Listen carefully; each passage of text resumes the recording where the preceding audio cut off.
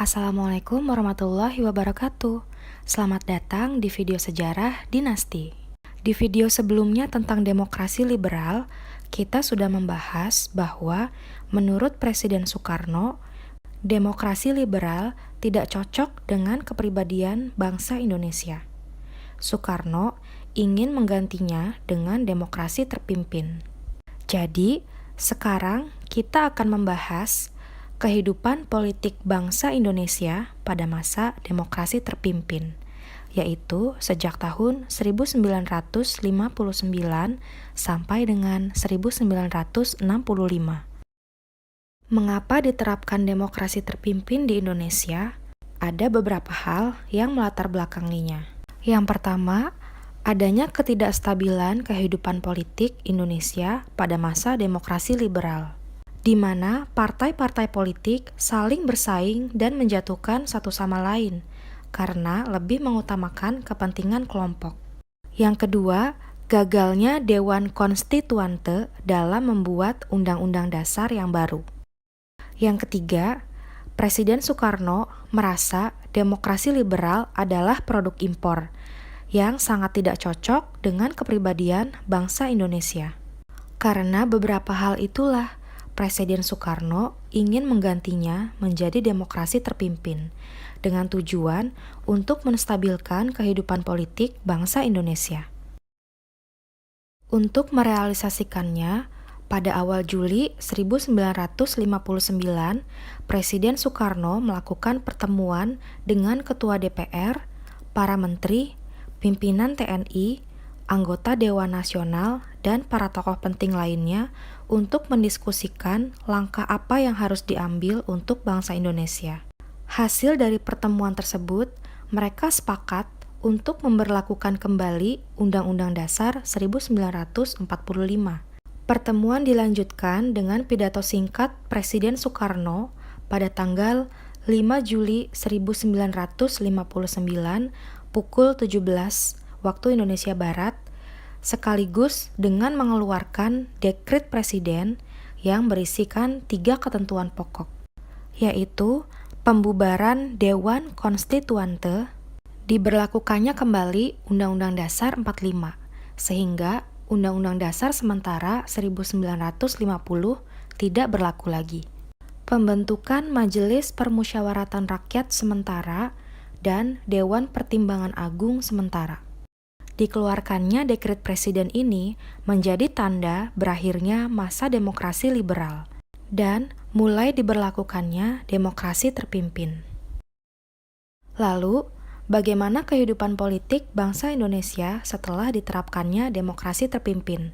Kehidupan politik pada masa itu tidak lepas dari pelaksanaan demokrasi yang terpusat pada kepemimpinan Presiden Soekarno. Presiden Soekarno seolah menjadi aktor tunggal dalam kehidupan politik bangsa Indonesia.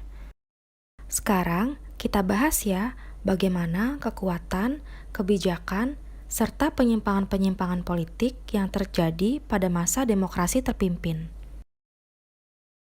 Pada HUT RI tahun 1959, Presiden Soekarno berpidato dengan judul Penemuan Kembali Revolusi Kita. Dalam pidatonya, Presiden Soekarno menyerukan tentang semangat revolusi, keadilan sosial, serta penyusunan ulang lembaga dan organisasi negara demi revolusi yang berkesinambungan.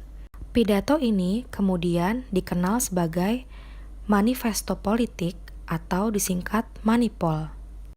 Manipol mencakup 5 gagasan penting, yaitu Undang-Undang Dasar 45, Sosialisme Indonesia, Demokrasi Terpimpin, Ekonomi Terpimpin, dan Kepribadian Indonesia, yang kemudian disingkat USDEK, sehingga dikenal dengan istilah Manipol USDEK. Dalam perkembangannya, Manipol USDEK menjadi ideologi resmi pada masa demokrasi terpimpin, dan dijadikan sebagai garis-garis besar haluan negara. Nah, kalian masih ingat kan pada video tentang demokrasi liberal? Disebutkan bahwa partai politik tumbuh subur dan saling bersaing di masa itu. Sehingga pada masa demokrasi terpimpin, pemerintah membatasi peran partai politik dengan cara mengeluarkan Peraturan Pemerintah Nomor 7 Tahun 1959 yang berisi partai politik harus menerima dan membela Undang-Undang Dasar 45 serta Pancasila, menggunakan cara-cara damai dan demokrasi untuk mewujudkan cita-cita politik. Menerima bantuan luar negeri hanya seizin pemerintah. Partai politik setidaknya harus memiliki cabang di seperempat wilayah Indonesia. Presiden berhak menyelidiki administrasi dan keuangan partai. Presiden berhak membubarkan partai yang terindikasi melakukan pemberontakan terhadap pemerintah.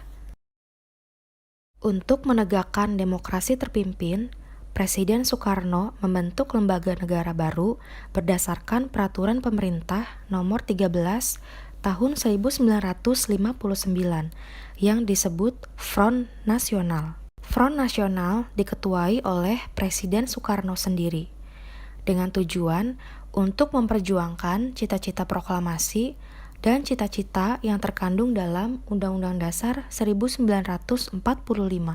Karena menurut Soekarno, Indonesia masih belum sepenuhnya merdeka. Masih ada wilayah Indonesia yang diduduki oleh Belanda, yaitu wilayah Irian Barat.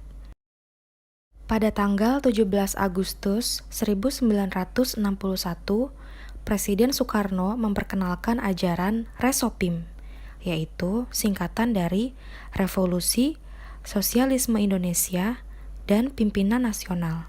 Tujuan pembentukan Resopim adalah untuk memperkuat kedudukan Presiden Soekarno.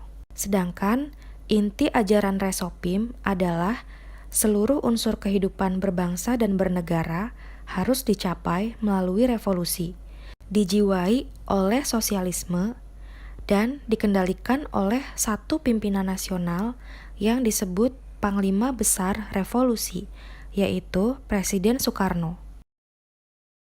Selanjutnya, Presiden Soekarno mengeluarkan gagasan Nasakom, yang merupakan kepanjangan dari nasionalis, agama, dan komunis, dengan tujuan untuk menyatukan 3 pilar kekuatan politik nasional pada masa itu. Gagasan Nasakom yang dicetuskan Presiden Soekarno dimanfaatkan oleh Partai Komunis Indonesia untuk semakin menguatkan keberadaannya dalam ranah politik di Indonesia.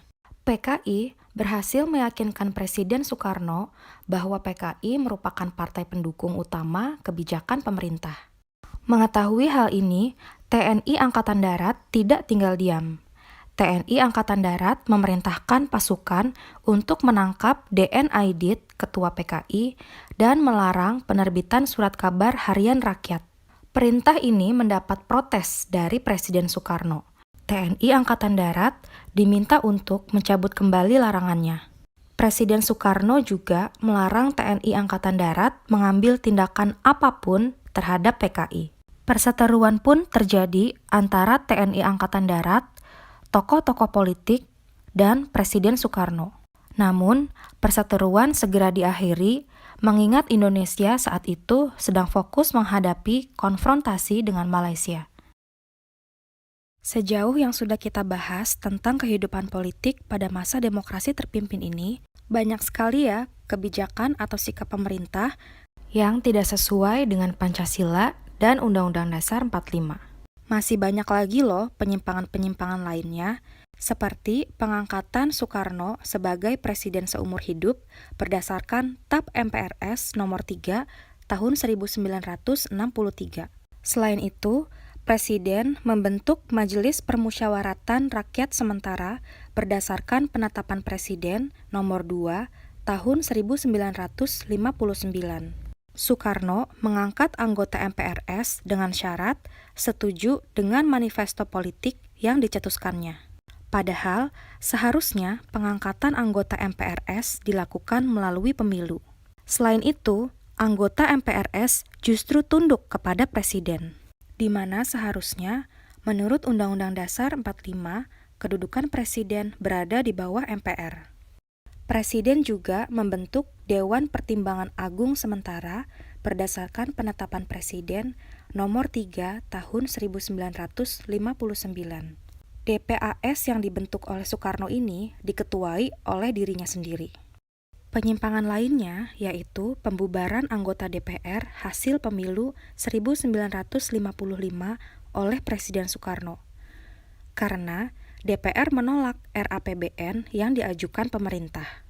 Lalu Presiden Soekarno membentuk sendiri DPR yang baru yang disebut dengan DPR-GR, yaitu Dewan Perwakilan Rakyat Gotong Royong, pada tanggal 24 Juni 1960, yang anggotanya terdiri dari golongan nasionalis, agama, dan komunis.